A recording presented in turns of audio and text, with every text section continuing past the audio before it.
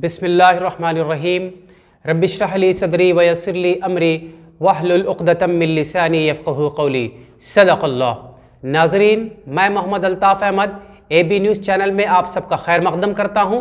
तो आइए हम आपको करते हैं तमाम ख़बरों से बाखबर। सबसे पहले आज की शह सुर्ख़ियाँ।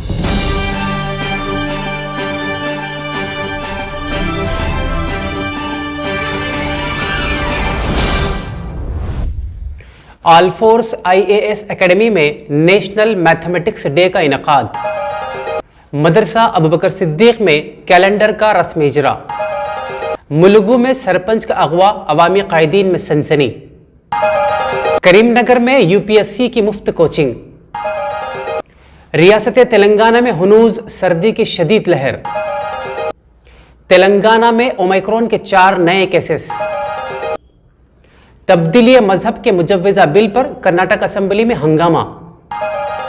तैयब उर्दगान का शरह सूद में इजाफे से इनकार। कोरोना वायरस व्हाइट हाउस पहुंच गया।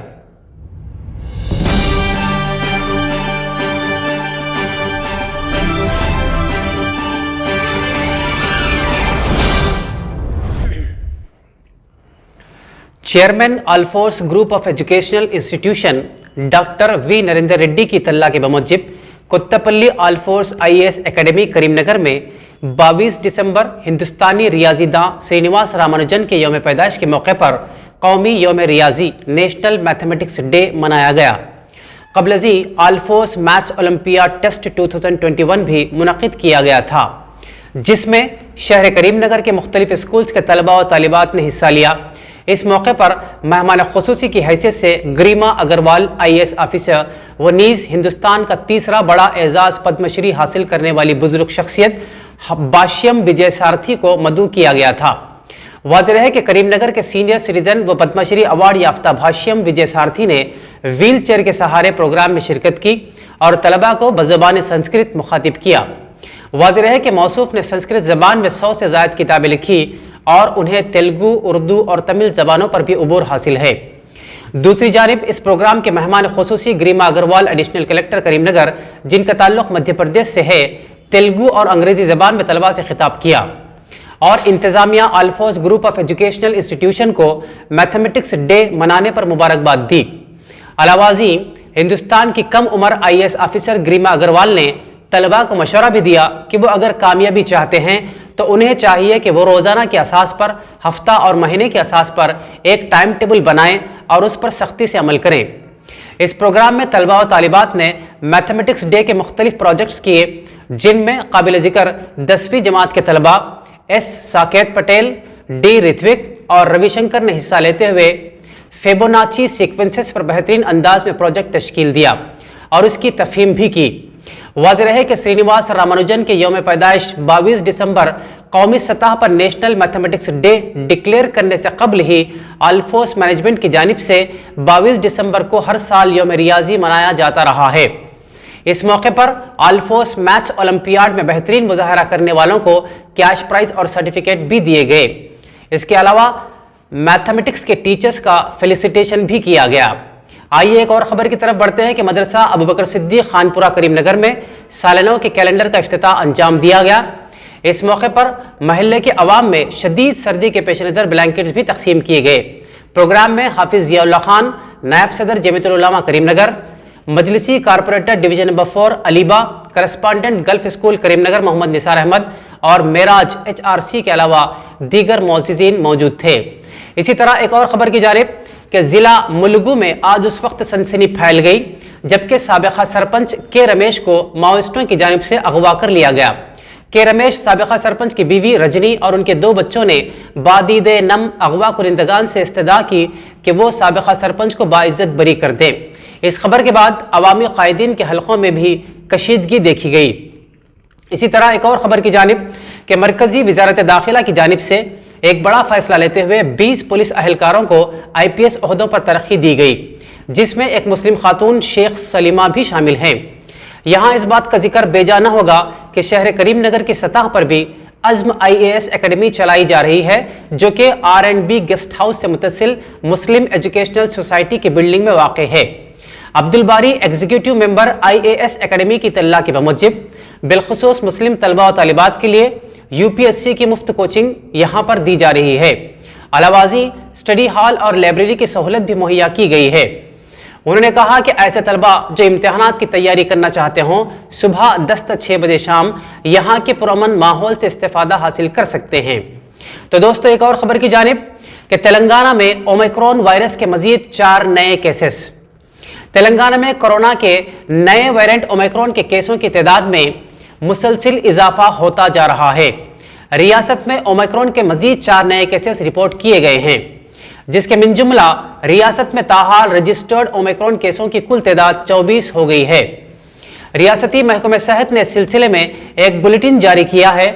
वाज़ेह है कि रियासत भर में ताहाल 9122 मुसाफिरीन हाई रिस्क और गैर खतरे वाले ममालिक से रियासत पहुंचे हैं, जिनके मिन जुमला 24 में ओमिक्रॉन पॉजिटिव की तशख़ीस हुई है और बाज़ के नताइज आना अभी बाकी है। इसी तरह आगे बढ़ते हैं कि आदिलाबाद रियासत तेलंगाना में सर्दी की शदीद लहर जारी है।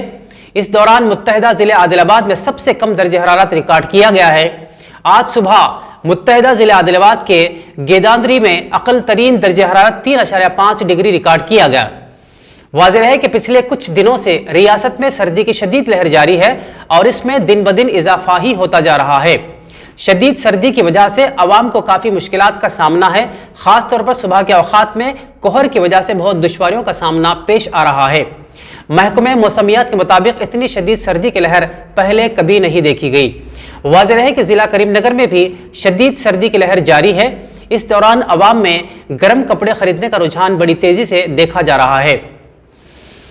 कर्नाटक असेंबली में अपोजिशन कांग्रेस के जबरदस्त एहतजाज के दरमियान तब्दीली मजहब मुखालिफ कानून बनाने के लिए एक बिल पेश किया गया। वजीर दाखिला अरागा जनिंद्रा ने ऐवान में इस बिल को पेश किया, जिसके बाद स्पीकर असेंबली ने इस बिल पर चारशंबे से मुबाहिस की इजाजत दी।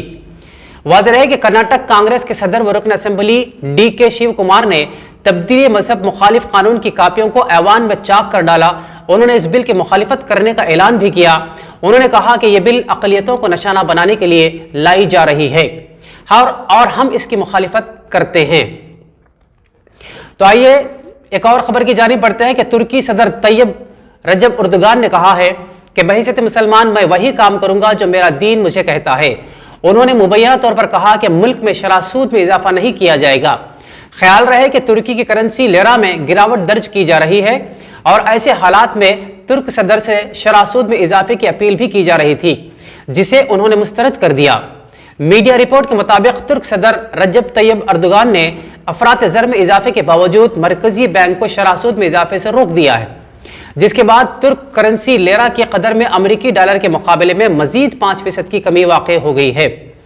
उन्होंने कहा, शिकायत की जाती है कि हम सूद की शरहों में इजाफा करते रहते हैं।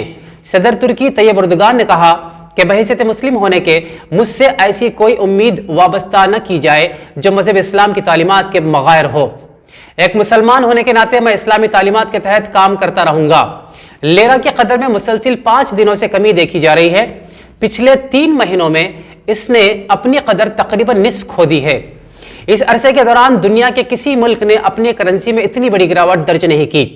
माहिरीन का कहना है कि शरह सूद में इजाफा न करने की वजह से आने वाले महीनों में तुर्की में अफरात ज़र में मजीद 30% या इससे भी ज्यादा का इजाफा दर्ज किया जा सकता है। तो आइए बढ़ते हैं एक और खबर की जानिब। नई दिल्ली व्हाइट हाउस का एक मुलाजिम कोरोना से मुतासिर पाया गया।